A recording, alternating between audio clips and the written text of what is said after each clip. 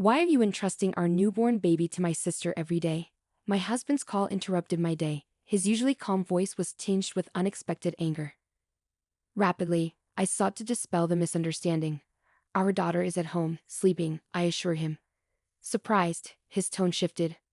Really? He exclaimed. Confusion enveloped us both as questions arose. I'll speak with my sister-in-law to uncover the truth, I resolved. I reached out to my sister-in-law, Marissa, and uncovered a startling truth. Let me introduce myself. I'm Linda, married to Bob for 3 years, just a year younger than him. Our joy was recently doubled with the arrival of our daughter Hannah.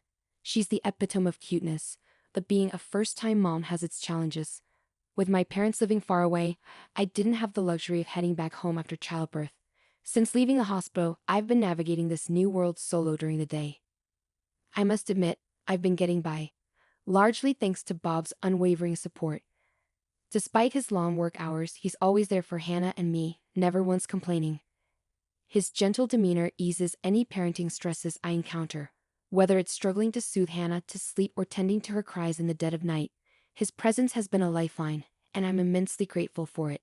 So you can imagine my shock when he called, his voice laced with unexpected frustration. Linda. Mom just called me. What's going on? He demanded. Confused, I replied, your mom? What are you talking about? Why would we leave our newborn with Marissa every day? His mention of Marissa caught me off guard. She's Bob's sister, residing just a short walk away with their parents. Marissa, working from home, also takes care of her mother, making her quite flexible with her time. My husband's critique persisted. Leaving a 3-week-old baby, I couldn't fathom doing that. Marissa hasn't cared for a baby before. I get that you're tired post-birth, but you should have talked to me before entrusting her to Marissa, he expressed, his worry palpable. His distress signaled that this was no ordinary misunderstanding. Wait, I'm lost. Marissa caring for a newborn. Why did your mom call you? Why would I need your consultation? What do you mean? Leaving Hannah with Marissa? Have I been doing that? I countered, utterly bewildered. It's been nearly 2 weeks. Marissa didn't complain, not wanting to strain your relationship, but Mom couldn't stay silent, he clarified. Bob's revelation stunned me. It was a narrative I had no recollection of, with my daughter right beside me. With numerous questions swirling, I prioritized clearing the confusion. Swiftly, I assured him, our daughter's at home, asleep. She's right here with me. Bob's astonishment resurfaced. What do you mean? He inquired. I'm just as confused as you are. Honestly, I've been following the advice to keep newborns indoors, so besides medical appointments, I haven't been anywhere. I haven't even visited your family's house, and it's been a while since Marissa came over after Hannah's birth, I clarified. Then whose baby is Marissa caring for? Bob pondered aloud. I wish I knew. Why would Marissa fabricate looking after our baby? Each question seemed to spiral into another, leaving us both puzzled. As the lunch break chimes sounded through the phone, I made a decision. I need to speak with Marissa. I want to understand why she might concoct such a lie. If there's a misunderstanding and she thinks she's caring for Hannah, that's concerning. I'll also call Mom, I announced. Bob paused before expressing his regret. I'm sorry for doubting you. I was just really worried about Hannah. It's all right. You're concerned about Hannah, aren't you? Besides, when I told you she's right here, you didn't doubt me. You trusted me, I comforted him. After our call ended, I wasted no time dialing my sister-in-law's number. Marissa, do you have a moment? There's something I need to discuss, I started. Linda, I need to talk to you too, Marissa replied. Marissa and Bob are close in age, which is why she's the same age as me despite being my sister-in-law.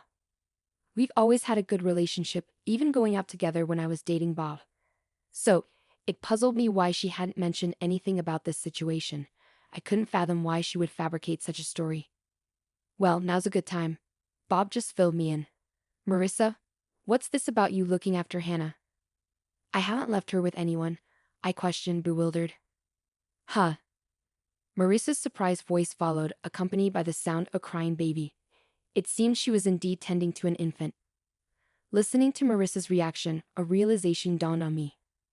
Marissa wasn't fabricating anything, she genuinely believed she was caring for Hannah. To dispel her misconception, I began to explain the truth. To dispel her misconception, I began to explain the truth. Hannah's right here with me, fast asleep. I'm really baffled by all of this. But how did you end up with a baby, Marissa? And why did you think it was Hannah? I asked, seeking clarity. Marissa replied, shedding light on the situation. Last week, Dad dropped off a baby with me. He said, Linda seems overwhelmed, so you should assist her with the baby. This revelation left me dumbfounded. Then Marissa disclosed another shocking detail. I was terrified because I've never cared for a baby. I hadn't heard from you, Linda. And when I considered calling you, Dad warned, if you contact Linda, she'll just stress out. Show some consideration for your sister-in-law. I have my own responsibilities, even when I'm at home. It appeared that my father-in-law's deceit initiated this chaos, but the identity of the child Marissa was caring for remained unclear. Thinking that confronting my father-in-law directly might resolve the confusion, I inquired if he was home. Unfortunately, he's out at the moment. Lately, he returns home late in the evening, takes the child Marissa's been tending to, claiming he'll return her to Linda, then leaves again. He usually returns in about 20 to 30 minutes, Marissa explained. Frustrated by my father-in-law's manipulation involving my daughter and me, I felt compelled to address the situation head-on. I understand. I'll discuss this with Bob, but we might visit tonight, I decided before ending the call. I promptly emailed my husband, detailing what I learned from his sister. We should ask Dad directly, came the suggestion. So when Bob returned home, we made our way to my in-laws. Along the journey, Bob recounted his conversation with his mother. Mom was also quite upset to discover that the child she thought was her grandchild wasn't. That's a significant shock, isn't it? I didn't envision Hannah's first family gathering unfolding like this. It's quite a complicated situation, he elaborated. Due to her back issues, his mother hadn't met our daughter yet. I had hoped to introduce Hannah to her once she was ready to venture out after a month. But now, I found myself disheartened that our introduction had to occur amidst such turmoil. Upon reaching my in-laws' home, we found my mother-in-law and sister-in-law both appearing bewildered as we entered. Marissa spoke up. Bob, Linda, Dad mentioned he would return the child we've been caring for, but he hasn't returned yet. Understanding the situation, Bob intervened. I see, Mom. Despite the confusion, this is our daughter Hannah. With that, I brought Hannah closer to my mother-in-law. Upon laying eyes on Hannah, my mother-in-law's expression softened. She's absolutely adorable. She bears a striking resemblance to Bob when he was a baby. I'm thrilled to finally meet her, and Linda, you've done remarkably well. I'm sorry you've been entangled in all of this, she expressed with sincerity. It's all right.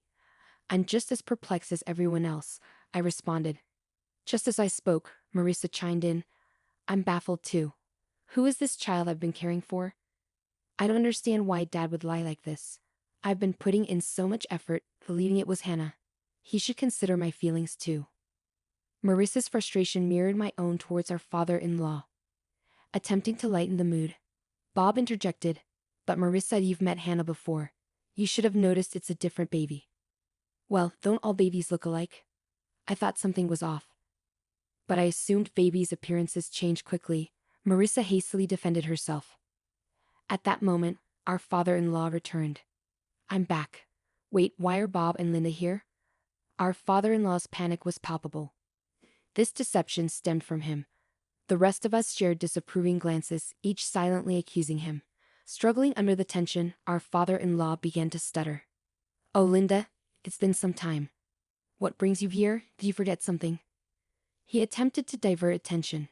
Turning to Marissa, he added, Marissa, what's going on? I asked you to check for forgotten items. I seethed with anger at our father-in-law's manipulation, using mine and my daughter's names in his deceit and then shifting the blame onto Marissa. I instinctively held my daughter closer, feeling the tension radiate through the room. Both my husband and sister-in-law shared the same sentiment, their fists clenched in frustration. It was me who broke the silence, the anger evident in my voice. Dad, seriously, are you honestly saying that? This is beyond unacceptable even for you. What do you mean? My father-in-law seemed startled by the intensity of my tone. My husband and sister-in-law echoed my sentiments, demanding answers. Dad, explain yourself. Linda has never left Hannah with anyone. Why would you fabricate such a lie? There must be a reason for someone to care for a stranger's newborn, right? That's correct. You manipulated me into caring for a child. Who is this baby? I'm terrified, even if it's my nephew's, let alone a stranger's. I won't tolerate it anymore, Marissa interjected with rapid-fire conviction. My father-in-law was speechless, while the three of us continued to glare at him, demanding the truth. However, my mother-in-law's reaction was different. She turned pale, murmuring, "No, it can't be. You're not still involved with her?" Her words left my husband, sister-in-law, and me stunned. My father-in-law began to sweat, feigning innocence. What? What are you talking about? He stuttered, attempting to deflect.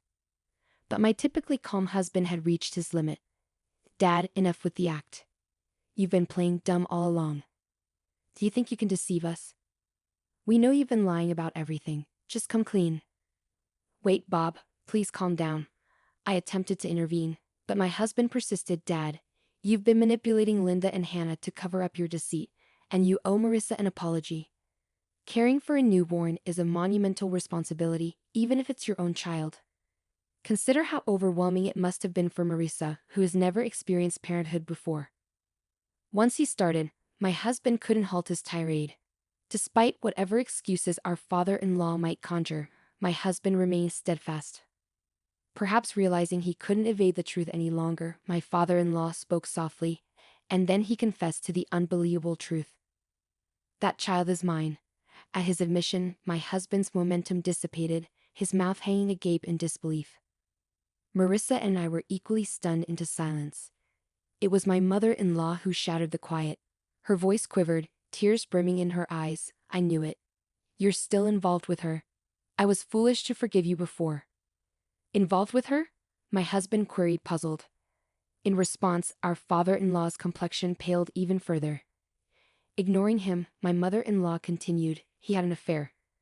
It happened around the time you two were getting married, about 3 years ago. He promised me he'd never do it again, and I forgave him. But now, that's why I thought Hannah bore a resemblance to Bob. She's his flesh and blood after all. I thought she was my true grandchild. Unable to contain her emotions any longer, my mother-in-law broke into tears.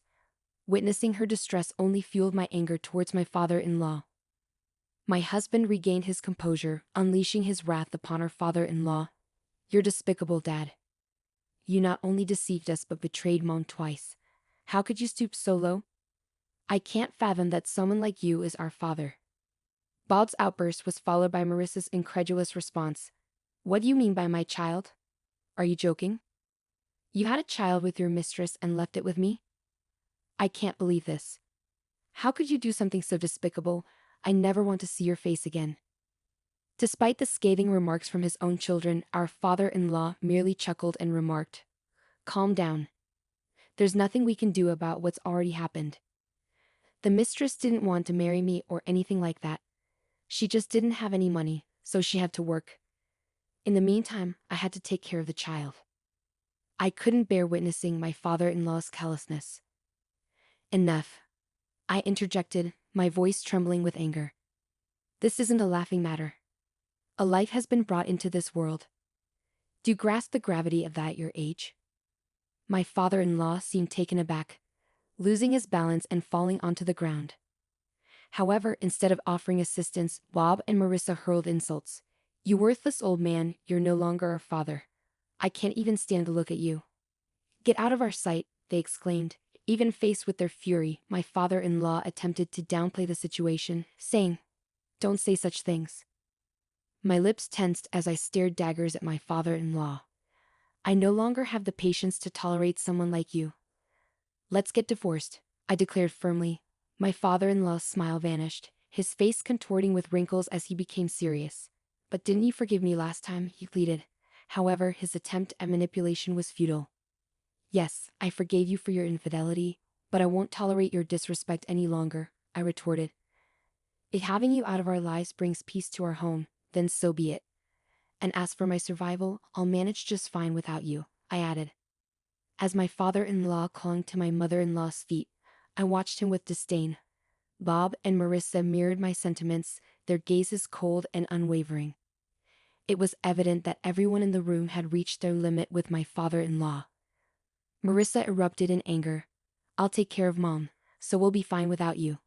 But how do you plan to live? You've always relied on Mom for everything from cooking to laundry. Marissa's words visibly rattled my father-in-law. He turned to my mother-in-law with pleading eyes.